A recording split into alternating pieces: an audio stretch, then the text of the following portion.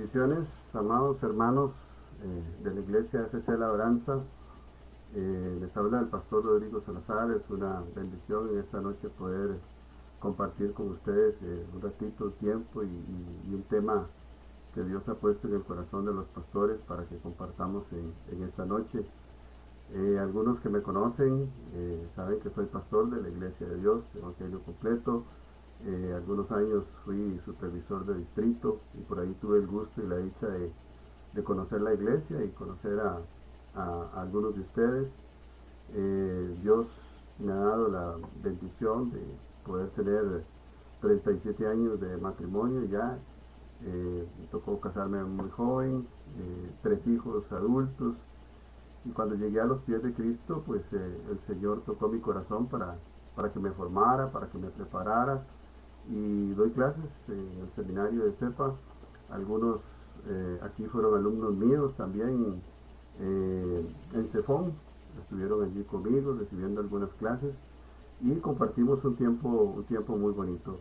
Hoy los pastores me dan la confianza de poder compartir una palabra y ante todo Dios nos permite hablar de un tema, compartir con la iglesia un tema que es bien importante, bien interesante, como es el tema del matrimonio, ¿verdad? Algunos que me conocen saben que tenemos bastantes años de ser consejeros en la iglesia, ¿verdad?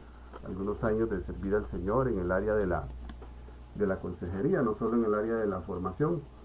Y de poder estudiar, ¿verdad? Dentro de mi formación, pues también tengo mis estudios teológicos y eso me ha permitido tener una perspectiva amplia y más amplia y bíblica acerca del tema del matrimonio. Así que hoy vamos a tocar un tema, ¿verdad? Que como lo anunciaron los hermanos, tiene que ver precisamente con el divorcio y las segundas nupcias, ¿verdad?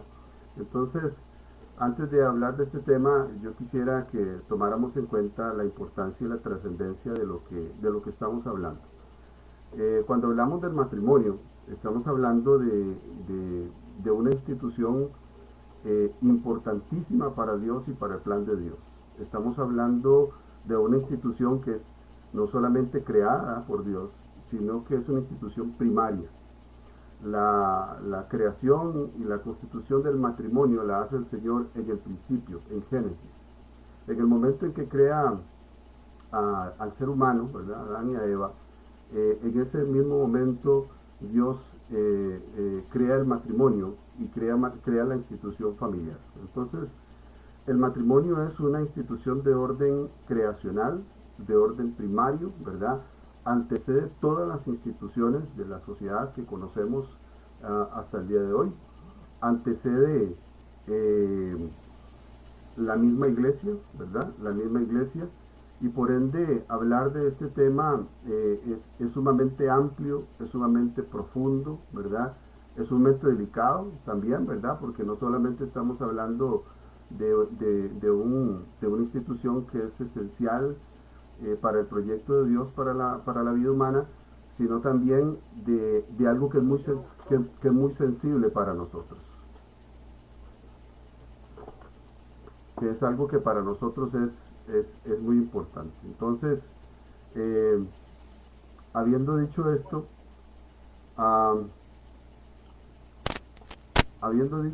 quiero hacer algunas observaciones importantes sobre el tema, ¿verdad? La primera observación que quisiera hacer es cuando hablamos sobre el tema de las verdades de Dios y las realidades humanas, ¿verdad? Esto es fundamental porque los ideales de Dios están establecidos en la palabra. Es lo que Dios desea para nuestra vida, es lo que Dios estableció desde un principio para nosotros y en favor de nosotros. Y estos ideales, que son verdades de Dios, que son principios del Señor, siempre van a estar confrontados con las realidades humanas, ¿verdad?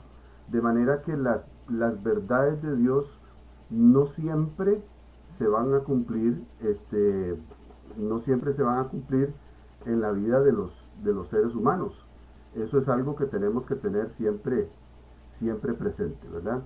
Entonces, Cuando hablamos del tema del matrimonio, igualmente estamos tocando un tema en el que no siempre vamos a poder eh, ajustarnos y cumplir con todo lo que Dios manda. En eso pasa no solamente en el matrimonio, sino en muchas otras áreas de nuestra experiencia de fe y de nuestra vida de fe. Entonces, verdades de Dios existen, son, diríamos, irrefutables, invariables, ¿verdad? Pero están siempre sujetas a las realidades de nosotros como seres humanos, ¿verdad? Están sujetas a eso, ¿ok? Entonces, siempre que hablamos de los ideales y los principios de Dios, vamos a tener un choque con las realidades humanas, ¿ok? Y entonces, ahí no siempre nos va a ir bien, por decirlo de alguna manera. Lo segundo que tenemos que tomar en cuenta a la hora de hablar precisamente de este tema es lo que nosotros llamamos en teología la interpretación subjetiva. La interpretación subjetiva tiene que ver con la idea de que hay que reconocer que Dios enseña en la Biblia cosas de las que en muchas ocasiones no vamos a estar de acuerdo, cosas que tal vez no nos van a parecer, cosas que tal vez no nos van a gustar, pero de las que sin embargo vamos a tener que aceptar, ¿verdad? Y aprender a reconocerlas y aceptarlas, ¿verdad?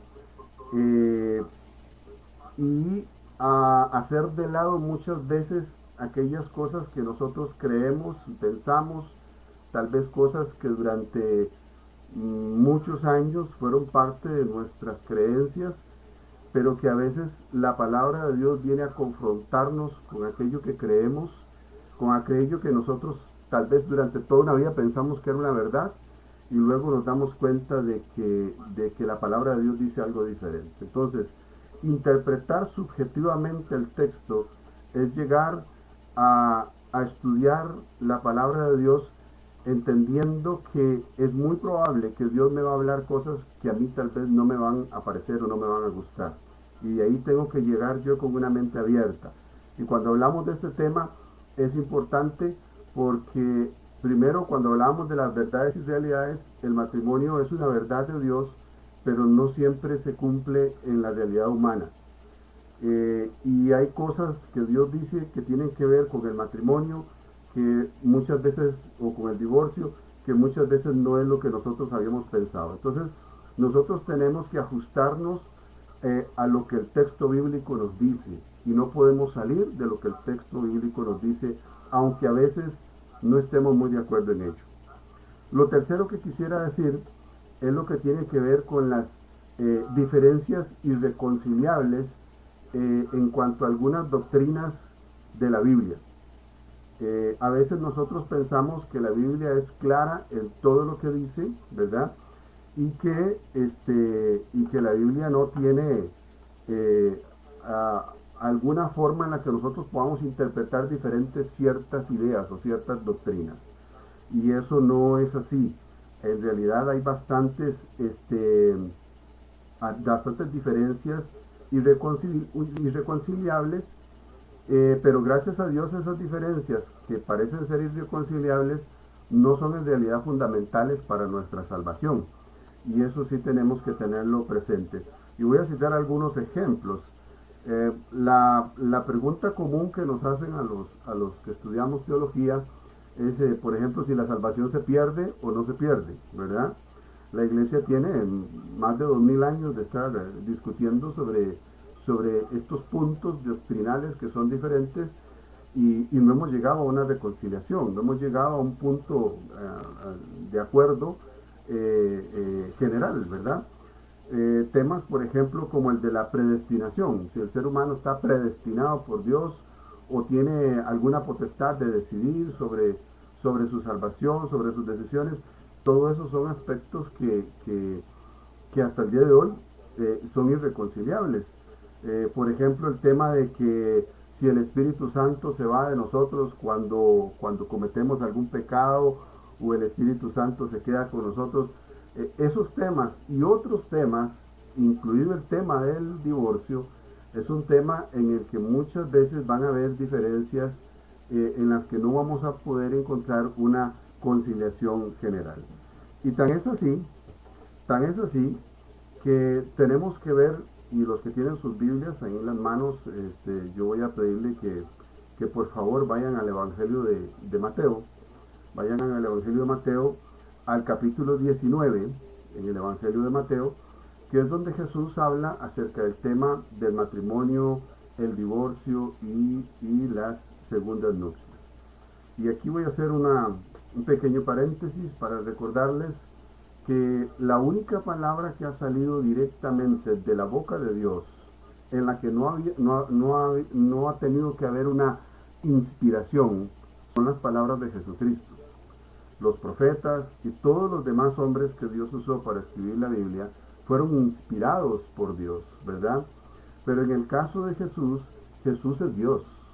Y lo que él dice a través de su palabra como Jesús, o sea, las palabras de Jesús, son la fuente de referencia de cualquier otra interpretación que nosotros hagamos, sea del Nuevo Testamento o del Antiguo Testamento, porque las palabras de Jesús son las palabras que han salido directamente de la boca de Dios.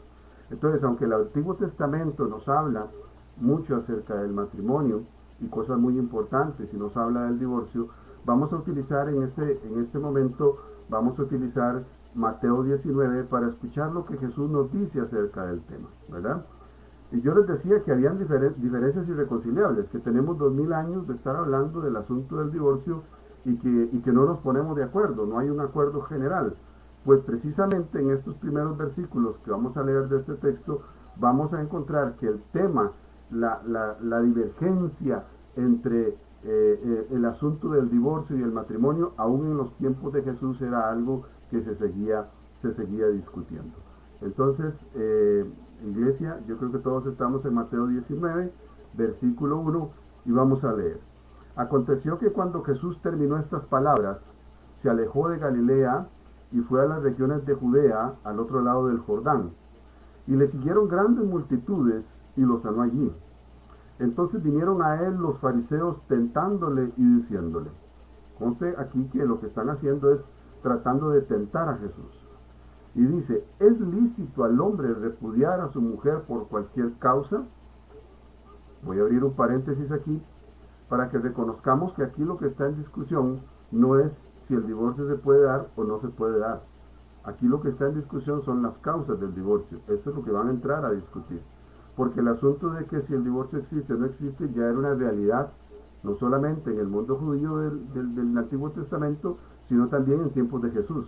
Era una realidad que desgraciadamente se vivía y se experimentaba. Pero la pregunta entonces es si es lícito al hombre repudiar a su mujer por cualquier causa. Él respondiendo les dijo, ¿no habéis leído que el que los hizo al principio, varón y hembra los hizo? Y dijo, por esto el hombre dejará padre y madre y se unirá a su mujer, y los dos serán una sola carne. Así que no son ya más dos, sino una sola carne, por tanto lo que Dios juntó, no lo separe el hombre. Y le dijeron, ¿por qué pues mandó Moisés dar carta de divorcio y repudiarla? Él les dijo, por la dureza de vuestro corazón, Moisés os permitió repudiar a vuestras mujeres, mas al principio no fue así. Y yo os digo que cualquiera que repudia a su mujer, salvo por causa de fornicación, y se casa con otra, adultera. Y el que se casa con la repudiada, adultera. Le dijeron sus discípulos, si así es la condición del hombre con su mujer, no conviene casarse. Entonces él les dijo, no todos son capaces de recibir esto, sino aquellos a quienes es dado. Pues hay eunucos que nacieron así del vientre de su madre, y hay eunucos que son hechos eunucos por los hombres, y hay eunucos que asimismo se hicieron eunucos por causa del reino de los cielos. El que sea capaz de recibir esto, que lo reciba. Amén. Vamos a hablar un poquito acerca del fundamento del matrimonio. En Génesis 1, 26, 31, nosotros encontramos la respuesta a ciertas preguntas sobre el matrimonio y sobre la familia. Por ejemplo, ¿qué es el matrimonio? ¿Cuál es su naturaleza? ¿Cuál es su propósito? ¿Qué papel cumple en el plan de Dios? ¿Cómo afectó el pecado al matrimonio? Esta área de los fundamentos del matrimonio es una área muy amplia, de la cual deberíamos de hablar mucho, pero por cuestiones de tiempo voy a pasar un poco rápido acerca de este tema. Pero el matrimonio es la institución básica sobre la cual Dios fundamentó la familia y la sociedad, no solo de aquel mundo, sino también la sociedad del mundo de hoy. La base esencial de la familia, lo que le da seguridad, lo que le da solidez, lo que le da sustento y lo que le da armonía, es precisamente la institución matrimonial. El matrimonio forma parte de esa imagen de Dios, forma parte de esa unión trinitaria entre el Padre, el Hijo y el Espíritu Santo. El matrimonio es una institución que da testimonio al mundo de esa unidad perfecta entre la Trinidad, ¿verdad? Esa unión entre esposo, esposa, los padres y los hijos, esa unidad que manifestamos en el matrimonio y en la familia es un reflejo, es una manifestación, un testimonio al mundo de la Trinidad de Dios. Su naturaleza es una naturaleza creacional, es una institución del orden creacional. Dios la crea juntamente con la naturaleza, juntamente con todas las cosas, juntamente con el ser humano, de tal manera que en lo más profundo del ser humano, el matrimonio forma parte de aquello en lo que él cree, en lo que él piensa, en lo que él anhela también y en lo que él espera. El propósito de Dios, como lo dicen estos textos de Génesis 1, 26, 31, es que el matrimonio sea el fundamento de la familia para administrar la creación, para administrar lo que el mundo había puesto en las manos de ellos.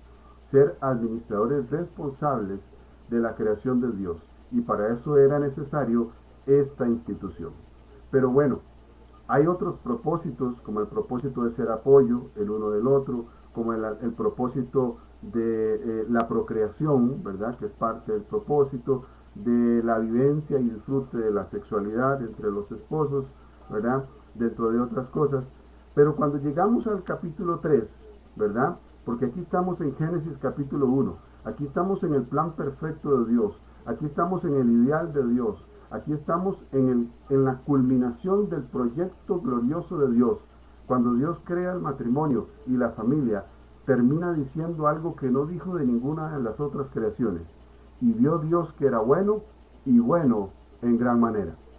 Eso es lo que Dios dice acerca del matrimonio y la familia. Pero no podemos obviar que cuando llegamos al capítulo 3 del Génesis, algo importantísimo sucede.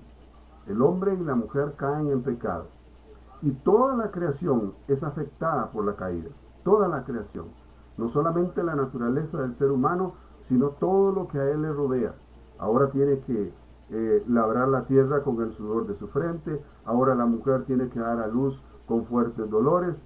La institución matrimonial también se ve afectada por la caída del hombre. Y ya no puede manifestarse en ese estado en ese estado primario en el que Dios creó el matrimonio. Ya no puede cumplir con ese ideal porque el pecado viene a enturbiar el corazón del ser humano y apartarlo de este propósito de Dios.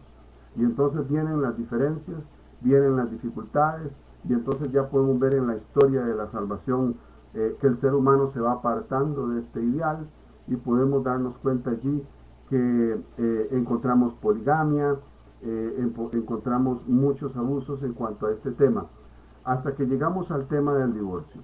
En el versículo 7, ¿verdad? En el versículo 7 le hacen a Jesús esta pregunta: ¿por qué pues mandó Moisés a dar carta de divorcio y repudiarla? Aquí vamos a hacer unas pequeñas observaciones al texto nada más. Por ejemplo, una de las cosas que el texto nos enseña en este versículo 7 es precisamente que el divorcio es una concesión que Dios le dio a los seres humanos, ¿ya? El hombre no podía ajustar sus circunstancias personales después de la caída y las circunstancias que le rodeaban al ideal de Dios, al ideal de Dios. Entonces, en el tiempo de Moisés, Sucedía que los hombres despachaban a las mujeres. Y en aquel tiempo no era el mundo como en el que vivimos hoy, donde las mujeres pueden trabajar, donde las mujeres pueden estudiar, donde las mujeres pueden desarrollarse. No, en aquel tiempo las mujeres, si no eran esposas de un hombre, lo único que podían hacer era o vivir en la casa de sus padres, y si sus padres ya no las aceptaban, lo que les quedaba era prostituirse, generalmente, o pedir limosna. Entonces surgió un problema social. Y en medio de este problema social, Dios permite que Moisés les dé una concesión. La concesión es darle carta de repudio, darle una carta de divorcio para que la mujer pueda volverse a casar otra vez, pueda hacer otra familia. Conste que en un principio esto no era para el hombre. No era, el hombre era el que le daba la carta de repudio a la mujer. La mujer no podía darle carta de repudio al hombre. Era un derecho solo del hombre. Y Jesús justifica justifica no, Jesús nos permite reconocer cuál es la razón por la que se permitió dar esta excepción, porque es una excepción, el divorcio es una excepción. Y Jesús dice, verso 8, por la dureza de vuestro corazón Moisés os permitió repudiar a vuestras mujeres, mas al principio no fue así. Entonces Jesús lo que está diciendo es que esta es una permisidad que se ha dado por causa de la dureza del corazón del hombre, pero que en ese principio, del cual hablamos nosotros ahora cuando citamos a Génesis, no estaba en el plan de Dios el divorcio, ni lo está hasta el día de hoy, ¿verdad? Aunque sea una realidad que se deba dar, que exista, ¿verdad? Al principio no fue así, dice Jesús. Y yo os digo que cualquiera que repudia a su mujer, y aquí dice, salvo por causa de fornicación, y se casa con otra, dice, adultera. Y el que se casa con la repudiada, adultera. Le dijeron sus discípulos, si así es la condición del hombre con la mujer, entonces no le conviene casarse. Y entonces aquí estamos ante una realidad que Jesús nos presenta, y es que el divorcio ya existía en ese tiempo como una concesión por causa de la dureza del corazón, que no formaba parte del plan original de Dios, pero tuvo que darse. ¿Por qué? Porque el pecado de Génesis capítulo 3 pervirtió el corazón del ser humano, por la dureza del corazón. Entonces, esta normativa a la cual se refiere Jesús, ¿verdad? La encontramos en Deuteronomio capítulo 24. Ahí encontramos el origen de esta, que a veces llamamos ley, pero no es una ley porque nadie está obligado a divorciarse. Es una normativa acerca de cómo se debe realizar el divorcio. Y el texto de Deuteronomio 24:1 dice, si un hombre toma una mujer y se casa con ella, pero después resulta que no le gusta por haber encontrado en ella algo indecente, le dará por escrito un certificado de divorcio y la despedirá de su casa. Y el verso 2 dice, ella después que haya abandonado la casa, podrá casarse con otro. Esta es la versión Dios habla hoy. Entonces, esta dureza de corazón fue la que llevó a Dios a indicar a través de Moisés que se hiciera esta concesión, esta excepción para que la mujer pudiera volverse a casar. ¿Ok? Entonces es una excepción, no es una regla. Y al principio no fue así. Eso quiere decir que el divorcio no forma parte del ideal de Dios y del plan de Dios para el hombre y la mujer. ¿Ok? Y aunque dice cualquiera que repudie a su mujer, ¿verdad? Esto es algo que se puede dar. Y se puede dar bajo salvo por causa de fornicación. ¿Ok? Entonces, aquí hay una causa válida de excepción, ¿verdad? Que se conoce en algunas áreas como la excepción mateana. Se conoce como la excepción mateana porque Mateo es el único de los tres evangelistas que presenta esta excepción, ¿verdad? O se le conoce también por porneia, así se le conoce con su nombre griego, ¿verdad?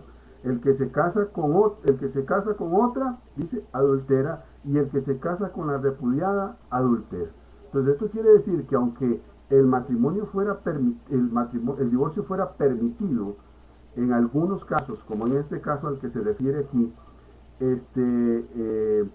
no todos los divorcios que se daban en aquel tiempo eran justificados de acuerdo a la palabra de Dios. Y Jesús lo que está diciendo es que si hay divorcios que no están justificados de acuerdo a la palabra de Dios y se vuelven a casar, esos matrimonios están en estado de fornicación. Eso es lo que está diciendo el texto. Más adelante vamos a ir explicando un poquito esto para que se entienda mejor. Entonces, no todos los divorcios son justificados. Jesús justifica solamente por causa de fornicación, que eso es un término que ahora vamos a estudiar un poquito más. Solo por causa de fornicación. No todos los divorcios son justificados. ¿Okay? Eso quiere decir que en aquel tiempo Jesús le está diciendo a ellos que hay algunos matrimonios, segundos matrimonios o terceros matrimonios que probablemente estén en condición irregular y que probablemente estén en la condición de fornicación. Y le dijeron sus discípulos, si así es la condición del hombre con la mujer, no conviene casarse. ¿Y por qué no conviene casarse en la condición del hombre? Bueno, porque aquí Jesús está equiparando el derecho del hombre de repudiar a la mujer y divorciarse de ella con el derecho de la mujer también de repudiar al hombre y divorciarse de él. O sea, si esa es la condición, no le conviene casarse. Y si la condición es que hay una excepción nada más, ¿verdad? Recuerden la pregunta que le hicieron a Jesús al principio. ¿Es lícito por cualquier causa? ¿Verdad? Esa era la pregunta. Y aquí Jesús está dando solamente una causal. Entonces por eso es que ellos dicen, desde su perspectiva cultural y religiosa, que si esa es la condición del hombre para con la mujer, entonces no le conviene casarse. Jesús en el verso 9 dice, y ya vamos a entrar al tema de las segundas nupcias, porque aquí no podemos negar la realidad de que del divorcio era una práctica común en el mundo antiguo, era una práctica común en tiempos de Jesús, era una práctica que estaba regulada por la ley de Moisés, ¿verdad? Normada por la ley de Moisés. En los tiempos de Jesús era común y Jesús mismo la reconoce como una práctica que se daba en ese tiempo, que no estaba dentro del plan de Dios, pero que desgraciadamente por la dureza del corazón humano se tuvo que dar. ¿Okay? Entonces vamos a entrar al tema de las segundas nupcias. Es difícil negar que el divorcio sea una realidad humana, porque los textos así la presentan como una realidad. Pero cuando hablamos de las segundas nupcias, vamos al versículo 9 y dice, yo os digo que cualquiera que repudia a su mujer, salvo por causa de fornicación, y se casa con otra, adultera, y el que se casa con la repudiada, adultera. ¿Ok? Entonces, aquí llegamos a dos conclusiones. La primera es que hay divorcios que no son permitidos, y si se casan, están en adulterio. Esa es la primera conclusión. Y la segunda es que hay divorcios justificados y que pueden volver a casarse libremente. ¿Ok? Ahora vamos a ver algunos versículos de este mismo versículo 9, pero de otros textos bíblicos, porque siempre ha habido una discusión acerca del tema de de esta excepción que dice por fornicación, porque comúnmente entendemos la fornicación como las relaciones sexuales fuera de matrimonio. A las relaciones sexuales dentro del matrimonio que no son con la pareja les llamamos adulterio, y ahí dice fornicación. ¿Por qué esta diferencia con el término? Bueno, esto va más allá de lo que nosotros creemos. Por ejemplo, en la versión Dios habla hoy, dice, yo les digo que el que se divorcia de su esposa, a no ser en el caso de unión ilegal. Vea que aquí la versión Dios habla hoy presenta el término como unión ilegal. La nueva versión internacional lo que dice es, les digo que excepto en caso de infidelidad conyugal, ¿verdad? Vea que aquí presenta otro tema, significado diferente. Aquí dice infidelidad conyugal. Primero dijo unión ilegal, infidelidad conyugal, fornicación. Ahora, la Biblia hebrea que es traducida al español del hebreo, de una versión hebrea, le llama inmoralidad sexual. Entonces aquí encontramos cuatro definiciones diferentes para una misma palabra. La pregunta es, entonces, ¿qué significa? La única manera de poder comprender qué significa es yendo a los textos originales del griego. Eh, yo tengo estoy terminando una traducción de Mateo 19, 1, 12, toda del griego, porque lo ideal aquí es ir a la versión original del texto para poder encontrar un significado que nos permita reconocer. Entonces, en el diccionario griego Strong, la palabra que aparece acá, que ya vimos que cuatro Biblias la traducen de una forma diferente, es la palabra que se conoce como porneia, ¿verdad? Strong la define como fornicación, prostitución, idolatría. Su origen viene de la palabra porneo, ¿verdad? Que es prostitución. Ese es el origen esencial. En un sentido figurado también puede significar idolatría. ¿Ok? La inmoralidad sexual incluía eh, todo lo que para ellos en su tiempo se consideraba sexualmente inmoral, ¿verdad? No es como nosotros ahora que podemos utilizar una palabra que encierre todas las desvirtuaciones de la sexualidad. No tenemos esa palabra, pero ellos utilizaban esta palabra porneia para hablar de todas estas cosas. Entonces la palabra porneia incluye varias infidelidades en el matrimonio. La prostitución, la promiscuidad, el adulterio, la fornicación, las relaciones sexuales prohibidas. Y esas relaciones sexuales prohibidas nosotros las encontramos en Levítico 6:24. Cuando nosotros vamos a Levítico 18, perdón, Levítico 18, 6:24, ahí encontramos una lista de relaciones sexuales prohibidas. Entre ellas, si usted lo lee, usted va a encontrar el incesto, va a encontrar la zoofilia, va a encontrar la homosexualidad, ¿verdad? Va a encontrar la prostitución, y va a encontrar la prostitución en términos relacionados a la idolatría, relacionados al paganismo, ¿verdad? Este era el significado para ellos. Por ejemplo, en Hechos capítulo 15, versículo 20, cuando viene el primer concilio de la iglesia, el concilio de Jerusalén, donde se está determinando si los cristianos de la iglesia deben de someterse o sujetarse a las leyes mosaicas, porque hay judíos y gentiles en la iglesia. Entonces los judíos querían convertir a los gentiles en judíos cristianos y que practicaran todos los rituales del judaísmo, los gentiles, pero hay una oposición de Pablo, hay una oposición de Pedro, que recibió una revelación del Espíritu Santo. Entonces aquí se decide que solo se le va a exigir de lo que la ley dice algunas cosas puntuales a la iglesia. Y en el versículo 20 de Hechos 15 dice que lo que se le va a exigir es que se les escriba que se aparten de la contaminación de los ídolos, de la fornicación, de ahogado, dice, y de sangre, ¿verdad? Y esto estaba relacionado, cuando dice fornicación, con una práctica de prostitución pagana que había en aquel tiempo, donde parte del culto que se le daba a los paganos era que los hombres llegaban a prostituirse con las sacerdotisas de los templos y presentaban esta relación sexual con las prostitutas de los templos como una ofrenda a esos dioses paganos, ¿verdad?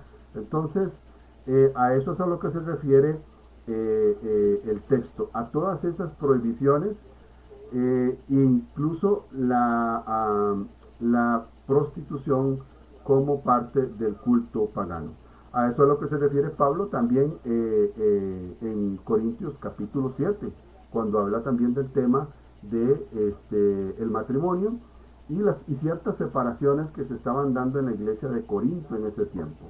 Pablo llega a Corinto, lo podemos encontrar en Hechos capítulo 18, ahí vemos la visita de Pablo a Corinto, y en el versículo 5 y 6 de Hechos 18, Pablo dice, o el autor de Hechos dice lo siguiente: y cuando Silas y Timoteo vinieron a Macedonia, Pablo estaba entregado por entero a la predicación de la palabra, testificando a los judíos que Jesús era el Cristo.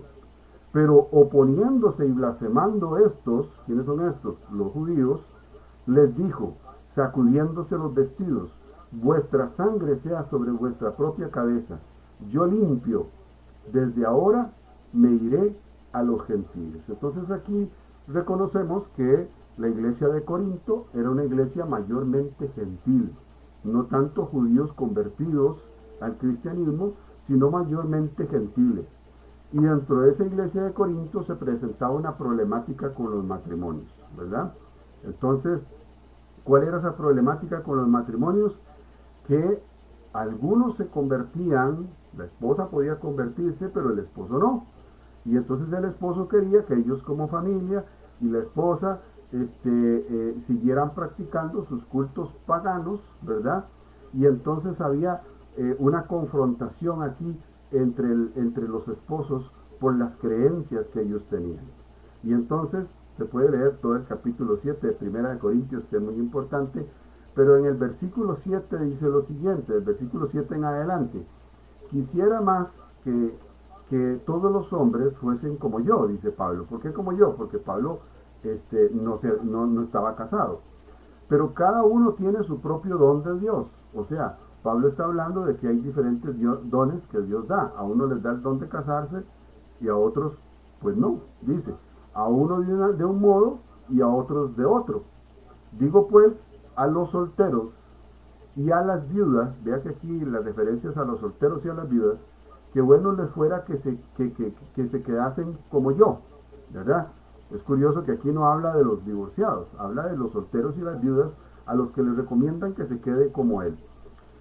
Pero si no tienen don de continencia, o sea, si no tienen el don de abstenerse de las relaciones sexuales, Pablo dice, cásese, pues es mejor casarse que estarse quemando.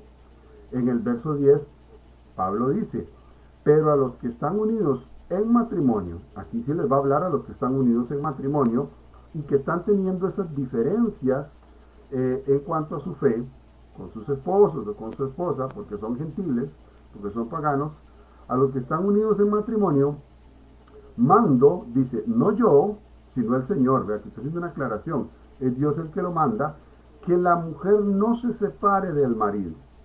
Y si se separa, quédese sin casar o reconcíliese con su marido y que el marido no abandone a su mujer.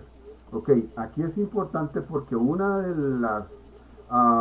las tesis que escuchamos a veces en la iglesia es que el yugo desigual es una justificación para que las personas se divorcien. Entonces hay gente que viene y se convierte al cristianismo y tal vez viene de la iglesia católica, ¿verdad? Y la esposa se convierte al cristianismo y el esposo quiere ser católico y algunos han tomado esa diferencia como una justificación para divorciarse o para separarse. Y basándose a veces en este texto, porque este texto lo que está haciendo referencia es al paganismo, no al judaísmo. Nosotros, incluso por muchas de las religiones del mundo, los cristianos somos considerados una sola fe, en la cual tenemos varias formas de pensamiento diferentes. Entonces el mundo cuando habla de los cristianos no habla de los evangélicos, no habla de los católicos, nos ve a todos como uno solo. Entonces la idea de que por una diferencia entre catolicismo y cristianismo evangélico sea una justificación para divorciarse, no se puede fundamentar en este texto bíblico que estamos leyendo ahorita de 1 Corintios capítulo 7. ¿Okay? Pablo lo que dice a estos que están unidos, dice que se queden sin casar. Pero vea lo interesante que dice más adelante, porque hay que seguir leyendo. Dice, y a los demás yo digo, no el Señor, si algún hermano tiene mujer que no sea creyente, y ella consiente en vivir con él, que dice Pablo, dice, no lo abandone. ¿Ok? Si aunque su marido sea pagano, si aunque su marido practique la idolatría pagana, si aún él consiente que usted sea cristiana y le permite vivir su cristianismo, no se separe de él. Quédese con él, es lo que dice. Y si la mujer tiene marido que no sea creyente y él consiente en vivir con ella, que no la abandone. Y debo reconocer aquí que en estos dos versículos la frase no abandone aparece 3 veces. O sea, es una reiteración importante que está haciendo Pablo. Nuestras diferencias de credo religioso dentro del cristianismo no son una justificación para el divorcio. Pablo dice que se puede convivir siendo cristianos de diferentes denominaciones o corrientes, aún siendo esposos. ¿Y por qué dice Pablo que debemos de hacerlo? Vea lo que dice el verso 14. Porque el marido incrédulo es santificado en la mujer, y la mujer incrédula en el marido. Pues de otra manera vuestros hijos serían inmundos, mientras que ahora son santos. La experiencia de muchos matrimonios, si no de la gran mayoría de los matrimonios, es que cuando llegamos a Cristo llega uno primero. Y el otro al principio tal vez no quiere agregarse a la fe, pero poco a poco, a través de nuestro testimonio, pero especialmente de la obra del Espíritu de Dios en el corazón de nuestro cónyuge, es que llega a los pies de Cristo y luego llegamos los dos y compartimos nuestra fe. Así que eso es importante, el consejo que Pablo está dando. Pero el verso 15 hace un cambio brusco en esto que estamos hablando. Pablo dice en el verso 15, pero si alguno se separa, especialmente el incrédulo, Pablo dice si el incrédulo se separa, o sea, si nace del incrédulo separarse, porque eso es algo inevitable, ¿verdad? Es inevitable, como muchas personas le dicen a uno en las consejerías, que lleguen y le dicen a uno, bueno, mi marido se fue con otra mujer, ¿qué puedo hacer yo, pastor? Agarró simplemente y se cogió a las chicas y se fue, ¿verdad? Y eso es lo que estamos viendo aquí. Si el incrédulo decide de parte de él separarse, él dice sepárese. Pablo dice sepárese.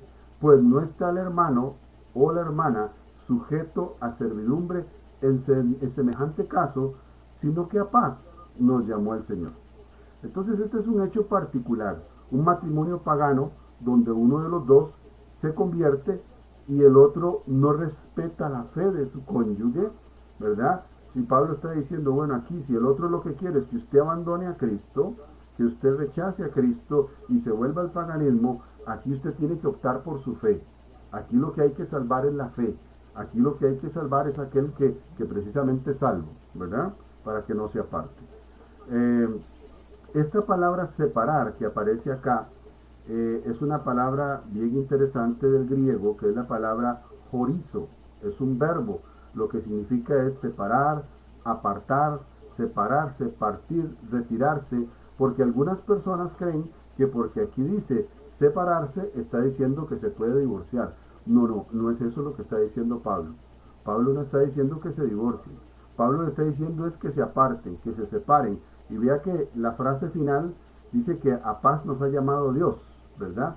Entonces, Pablo lo que está diciendo es, bueno, estos están agarrados del pelo, estos están peleándose por la fe, uno porque es pagano, otro porque es cristiano, son pleitos, son conflictos, posiblemente hay agresiones. Aquí Pablo lo que dice, hay que separarlos, ¿verdad? Separarlos para que no haya más discordia, sino que haya paz, ¿ya? Entonces, en este caso, este término no apela directamente al divorcio, sino a una separación temporal para evitar conflictos y para que haya esa paz a la que Dios los llamó.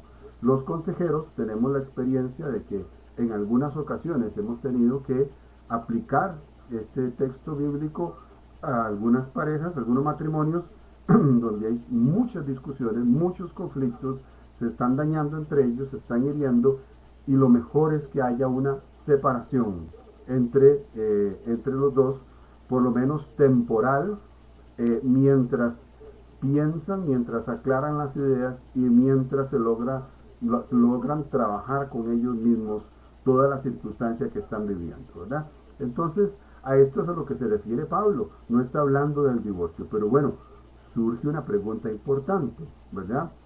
¿Qué pasaría si la separación se torna irreconciliable, ¿verdad? Porque no pueden simplemente estar separados toda la vida. Puede ser que en algún momento, en medio de estando ellos solos, puedan meditar, puedan hablar con un consejero, con una persona, y al final decidan que definitivamente no quieren estar juntos. La pregunta es, ¿qué pasaría si la separación se torna irreconciliable? Bueno, ya habría que pensar en un divorcio, ¿verdad? Pero este divorcio, si no es por las causales que Jesús nos permite este divorcio, no permitiría un nuevo matrimonio. ¿Ok? Entonces ya vimos eh, que la causal que Jesús reconoce es precisamente esta que tiene que ver con ese conjunto de inmoralidades sexuales, de fallas de la sexualidad, que ahorita vamos a contextualizar en la conclusión. Este, y esta es la justificación que Jesús da, pero que fuera de eso Jesús dice que si no es por esta causa, cualquiera que se vuelva a casar está en fornicación. Ahora bien, ya vimos una posible causal en 1 Corintios capítulo 7 y reconocemos que es una causal que no es válida para volverse a casar, pero que puede ser válida para separarse y para un eventual divorcio, ¿verdad? Todo lo que hemos dicho, lo hemos dicho a la luz del contexto de las escrituras de aquel tiempo. Pero ¿qué pasa hoy con esta enseñanza? ¿Qué pasa hoy con lo que el Señor nos ha mostrado a través de la palabra? Vamos a hacer una pequeña conclusión. Lo primero que tenemos que decir es que la verdad es que la perfecta voluntad de Dios es que todos los matrimonios sean para toda la vida. Este es el ideal correcto de Dios. Esto es lo que Dios quiere en su corazón para nosotros. Esto es lo más sano para la familia. Esto es lo más sano para nosotros. Esto es lo que es funcional para Dios, para la familia y para la sociedad, ¿verdad? Eso hay que reconocerlo. Esa es la voluntad de Dios. Es más, nadie se casa pensando en divorciarse. Bueno, por lo menos nadie que lo haga de la forma correcta. Hoy en día hay contratos prenupciales, ¿verdad? En algunos estratos de la sociedad hacen contratos prenupciales pensando en qué pasaría si se divorcian, qué me va a quedar a mí, qué le va a quedar al otro, ¿verdad? Ya esos que entran, ya los que entran al matrimonio pensando en la posibilidad de divorciarse ya entran perdiendo. Ya esos entran con la idea de que van mal y ya van con menos puntos. Porque cuando nosotros entramos al matrimonio tenemos que entrar con todo, ¿verdad? Y esos son otros temas que después se podrían hablar. Pero bueno, el asunto es este. La realidad es que por la dureza del corazón humano no siempre se puede alcanzar este ideal de Dios. Esto es lo que Dios quiere, esto es lo correcto, es lo funcional, es lo sano, es lo que bendice a la familia y que bendice a la sociedad. Pero por la dureza del corazón humano se dan todo este tipo de cosas terribles y por la dureza del corazón humano es que los matrimonios caen en conflictos, se divorcian y se separan. El divorcio en cualquier circunstancia, ¿verdad? No solo no forma parte del proyecto de Dios y el plan de Dios para la humanidad, sino que es destructivo emocionalmente y espiritualmente. Las consecuencias, sin importar si las razones son legítimas o no, siempre el divorcio tendrá graves consecuencias sobre la vida personal y sobre la vida, si hay hijos, de los hijos, sobre la vida de la iglesia y sobre la vida de la sociedad, ¿verdad? Sobre la vida de la sociedad. Esto va a traer siempre consecuencias y por eso no está dentro del plan de Dios. El matrimonio nunca, jamás será ni la voluntad de Dios ni una bendición, de Dios, ¿verdad? Porque he tenido la desdichada experiencia de escuchar a personas decir que su divorcio estaba planeado dentro de los propósitos de Dios, cosa que no es cierto jamás, ¿verdad? Dios no hace que los matrimonios se divorcien, jamás. Claramente Jesús dice que esto es producto de la dureza del corazón del hombre y y ningún divorcio es una bendición a menos para aquel que lo estaba deseando desde hace mucho tiempo, ¿verdad? Eh, Puede ser que sea una salida necesaria en virtud de una necesidad o de un peligro, pero no una bendición que venga de parte de Dios. Por eso reconocemos que Dios tiene el poder de sanar, que Dios tiene el poder de restaurar cualquier matrimonio independientemente de las circunstancias que se estén dando. En Él siempre, en Dios siempre hay oportunidad de renovar un matrimonio y comenzar de nuevo con la misma persona, no con otra, ¿verdad? Dios es milagroso, Dios es poderoso, nada hay imposible para Dios, ¿verdad? En Dios todo se puede perdonar. Nosotros en nuestros 37 años de matrimonio que vamos a cumplir, yo me casé con mi esposa a los 16 años, Ustedes se podrán imaginar todo lo que nosotros vivimos, experimentamos, los errores que pudimos haber cometido en el transcurso de esta vida, pero Dios hizo un milagro en nosotros, Dios hizo un milagro extraordinario, una excepción milagrosa en nosotros y nos salvó y nos rescató para su gloria.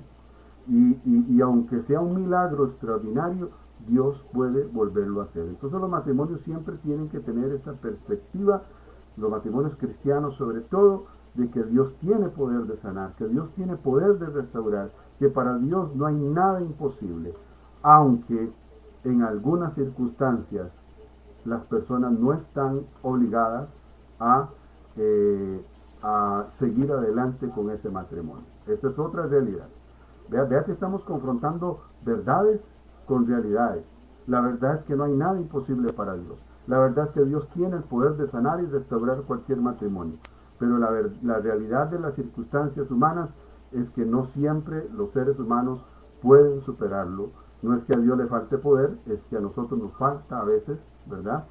Y definitivamente hay circunstancias, inclusive podemos decir que hay circunstancias en las que no es lo ideal o lo correcto que el matrimonio continúe, pero esa es la realidad. En algunos casos el divorcio puede ser hasta involuntario, una acción emergente para evitar desgracias mayores, para preservar la fe, para preservar la dignidad, para preservar la salud física si es que está en peligro, la salud emocional y en extremos hasta la vida humana puede salvarse a través de una separación, y a veces va a ser necesario para el divorcio, ¿verdad? Pero no en todos los casos se permite volverse a casar otra vez. Esa es la realidad de lo que Jesús nos está diciendo, aunque no nos guste o no, esa es la realidad. En el verso 11, la palabra de Dios nos deja dos opciones, ¿verdad? O sea, dice, verso 11, entonces Jesús les dijo, no todos son capaces de recibir esto, sino aquellos a quienes les es dado, ¿verdad? Pues hay eunucos, vea qué interesante, que nacieron así del vientre de su madre, y hay eunucos que son hechos eunucos por los hombres, y hay eunucos que asimismo se hicieron eunucos por falta del reino de los cielos. El que sea capaz de recibir esto, que lo reciba. ¿Qué es lo que está diciendo aquí el Señor? Bueno, no sé, algunas personas no saben qué es un eunuco. Un eunuco es una persona que está incapacitada para tener relaciones sexuales. Entonces hay algunos eunucos que nacen así, o sea, nacen incapacitados para tener relaciones sexuales. Eso es lo que está diciendo Jesús. Hay eunucos que nacen incapacitados para tener relaciones sexuales. Hay eunucos que son hechos por los hombres, o sea, aquellos hombres que trabajaban o que servían en el harén, ¿verdad? Con las mujeres del rey ahí, cuidándolas y todo. A esos señores les cortaban los testículos, ¿verdad?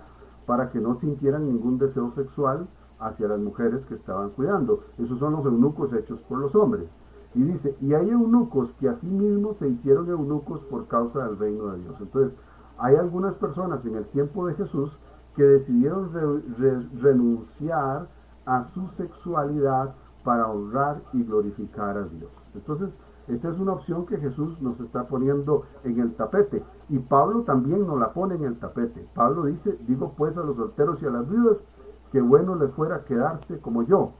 Pero si no tienen don de continencia, y esto está hablando del don de continencia, o sea, de no tener relaciones sexuales, cásese, es lo que dice el apóstol Pablo. O sea, Pablo toma esta referencia de lo que Jesús está diciendo acá, de que hay algunas personas que tienen el don de abstenerse de las relaciones sexuales para honrar y glorificar a Dios con sus vidas, ¿verdad?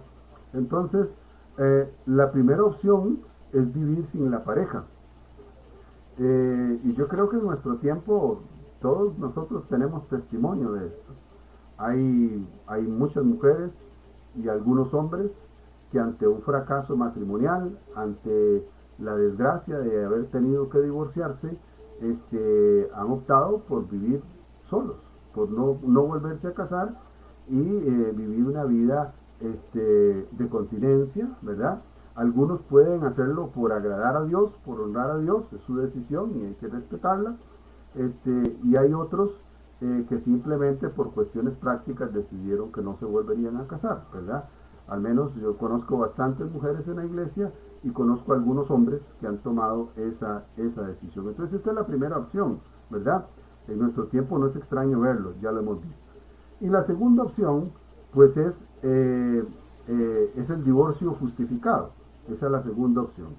El segundo es que hay una justificación de parte de Jesús, ¿verdad? Para el divorcio en ciertos casos. Hoy podríamos contextualizar lo que significan inmoralidades sexuales, ¿verdad? Entendiendo todo aquello que calificamos como una aversión sexual, ¿verdad? Y que se da dentro del matrimonio y que no es que Dios no pueda restaurar un matrimonio que haya caído en esta condición, pero sí que no estamos obligados a seguir adelante a pesar de esta situación. Por ejemplo, el adulterio como una infidelidad permanente, ¿verdad? E irreconciliable. A mí me ha pasado en sesiones de consejería atender a una persona que está en adulterio y que simplemente no quiere renunciar a esa otra persona. Si no quiere renunciar a esa otra persona, entonces tiene que dejar a su esposa, ¿verdad? Entonces, cuando el adulterio es algo irreconciliable, cuando es una decisión que la persona no quiere dejarlo, o que tal vez ese adulterio ha tenido consecuencias muy graves en la relación de pareja, allí el divorcio es una opción justificada. En el caso de prostitución, por ejemplo, vean que estamos contextualizando el término inmoralidades sexuales. La prostitución, como en algunos casos que se han dado, de mujeres u hombres que practican la prostitución a escondidas de su pareja, de su cónyuge. O también el caso de un cónyuge que quiere prostituir a su esposa o a su esposo, ¿verdad? Igual en esos casos donde la dignidad de la persona está siendo menoscabada, es más, la dignidad de Dios en la persona está siendo pisoteada por causa de esta prostitución, ya sea que la practique voluntariamente o que quieran obligarlo a practicarla, allí el divorcio está justificado. La persona no tiene que permanecer en esa condición. Las adicciones, por ejemplo, como las adicciones, cuando se ha convertido en una adicción, la pornografía, la pedofilia, la zoofilia, que es tener sexo con animales, y la homosexualidad en el matrimonio, son causales de divorcio. Son causales de divorcio porque forman parte de este grupo de inmoralidades sexuales. Y reitero, no es que Dios no pueda hacer un milagro, porque yo sé que Dios ha hecho milagros con personas que han practicado la pornografía. Hay matrimonios donde ha habido pornografía y Dios ha restaurado y Dios ha hecho un milagro, pero si los dos quieren, pueden hacerlo. Pero si uno de ellos no quiere, definitivamente no se va a poder y no se debería hacer. Obligar a la otra persona a prácticas sexuales inapropiadas, ¿verdad? Y aquí está, por ejemplo, el intercambio de parejas, ¿verdad? Que se conoce como Sage, ¿verdad? O los swingers, que son fiestas donde muchos matrimonios van ahí y después ahí se encuentran y apagan la luz y solo Dios sabe lo que pasa ahí, ¿verdad? Entre personas desconocidas, ahí se da también. Cuando quieren obligar a la otra persona a vivir y practicar este tipo de sexualidad. Por ejemplo, algunas depravaciones sexuales que se pueden dar dentro de las relaciones matrimoniales, y si la persona no está de acuerdo y la otra persona insiste y decide que no van a continuar la relación, si la otra persona no cede en estas prácticas sexuales, en estos casos el matrimonio no debe continuar. Videos, el obligar a la esposa o al esposo a tomarse videos sexuales, este tipo de cosas rompen totalmente y quebrantan el pacto matrimonial, ¿verdad? La violación, por ejemplo, la violación, el abuso sexual, ¿verdad? Sea de la pareja o sea de los hijos, es una de las causas que pueden propiciar a un divorcio, ¿verdad? Y a un divorcio en el cual puede haber la opción de volverse a casar. Y por supuesto, el caso de la violencia que atente directamente contra la vida o que haya atentado directamente contra la vida. Y no estoy hablando aquí de la violencia que tiene que ver a veces con palabras, porque yo creo que en los matrimonios, si somos sinceros, Todos nos ofendemos, todos nos fallamos. Cuando no conocemos de Cristo, cuántas veces nos hemos agredido de una forma o de otra, ¿verdad? Entonces, pero la violencia que es directamente contra la vida, que atenta contra la vida, es una causal precisamente de divorcio. Y abre la puerta a una posibilidad de matrimonio. Esto en cuanto a la ofendida, ¿verdad? En cuanto al tema de la ofendida, estamos hablando de que todo esto es una justificación para la persona ofendida, ¿verdad? Pero no creo que Dios premie al ofensor con el poder divorciarse y volverse a casar, ¿verdad? Entonces, ya esto es una apreciación personal, ya esto es una apreciación mía, ¿verdad? Así que la vivencia de estos traumas, unidos al trauma del quebrantamiento matrimonial, requiere de un responsable proceso de restauración antes de pensar en volverse a casar.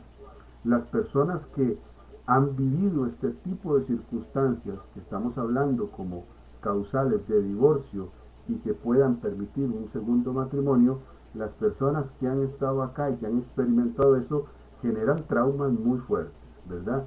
Y que por la experiencia, y aquí estoy en el campo de la consejería, no en el campo de la teología, pero en la experiencia de la consejería nosotros hemos visto cómo en una nueva relación, cómo a esta nueva pareja se le cobran los errores del anterior, cómo se traen todos los traumas y todo lo que se vivió en la relación anterior, se trae a esta nueva relación y genera grandes y graves conflictos que en muchos casos hacen que un segundo o un tercer matrimonio fracase, ¿verdad?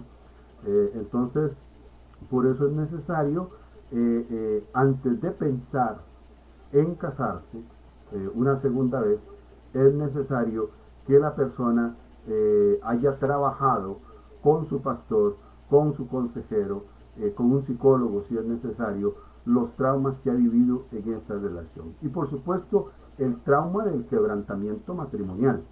Nadie se casa pensando en que se va a divorciar. Nadie se casa pensando en fracasar. Todos nos casamos pensando en tener éxito. Y ponemos, como se dice, toda la carne en el asador para que las cosas nos salgan de la mejor manera. Un divorcio implica un fracaso personal. Y eso causa un dolor, eso causa una frustración que necesitamos trabajar, aparte de las consecuencias espirituales que puedan generarse, el efecto de la culpa, el efecto de sentirse separado de Dios por causa de haber perdido su matrimonio.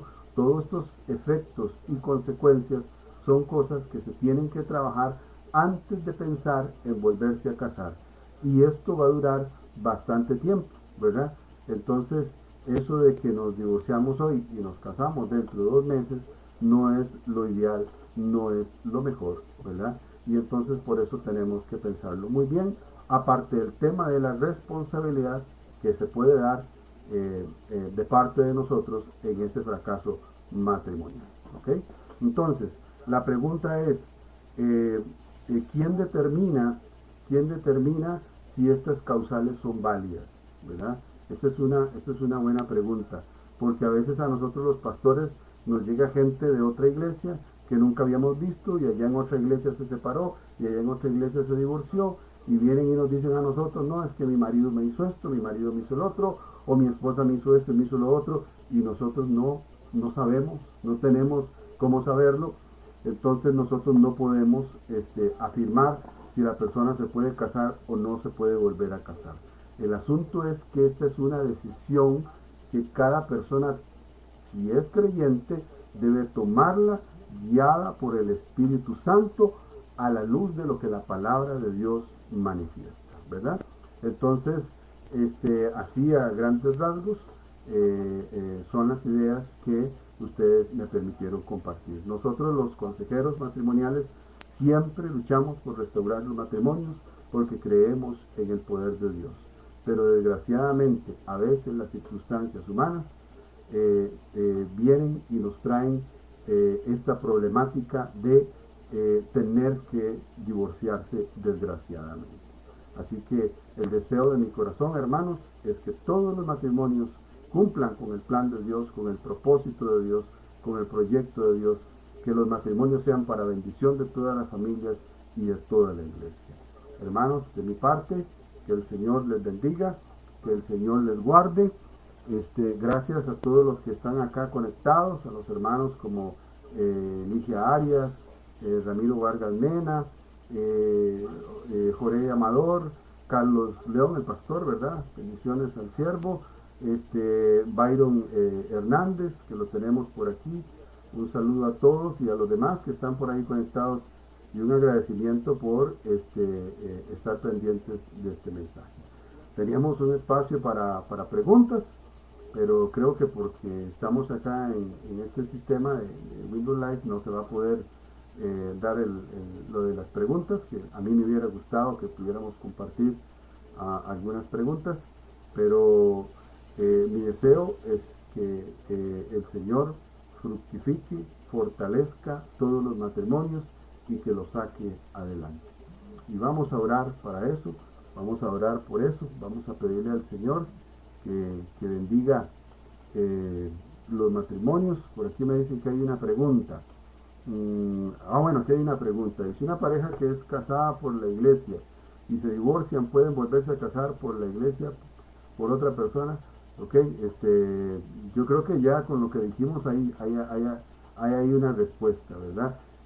Con este conocimiento bíblico de la palabra, y el apóstol Pablo le dice a la iglesia: todos tienen el Espíritu Santo, ustedes tienen el Espíritu de Dios. Entonces, con el conocimiento de la palabra y con la iluminación del Espíritu Santo, cada persona puede tomar la decisión correcta. Nosotros los pastores, ¿qué hacemos nosotros los pastores? Nosotros respetamos la decisión que ustedes toman, ¿verdad? El Señor dice en ese texto de Mateo 19 que lo que Dios ha unido no lo separa el hombre. Nosotros los pastores no podemos separar ningún matrimonio y no podemos decir quién está separado, quién no está separado. Los que tenemos el Espíritu Santo, los que tenemos el Espíritu de Dios y tenemos conocimiento de la palabra, somos los que vamos a determinar si nos casamos y nos podemos casar o no nos podemos volver a casar. Vean, y voy a decir esto: en algunas ocasiones, si no en muchas veces, las personas toman la decisión de casarse sin consultarnos y sin decirnos nada a nosotros los pastores, ¿verdad?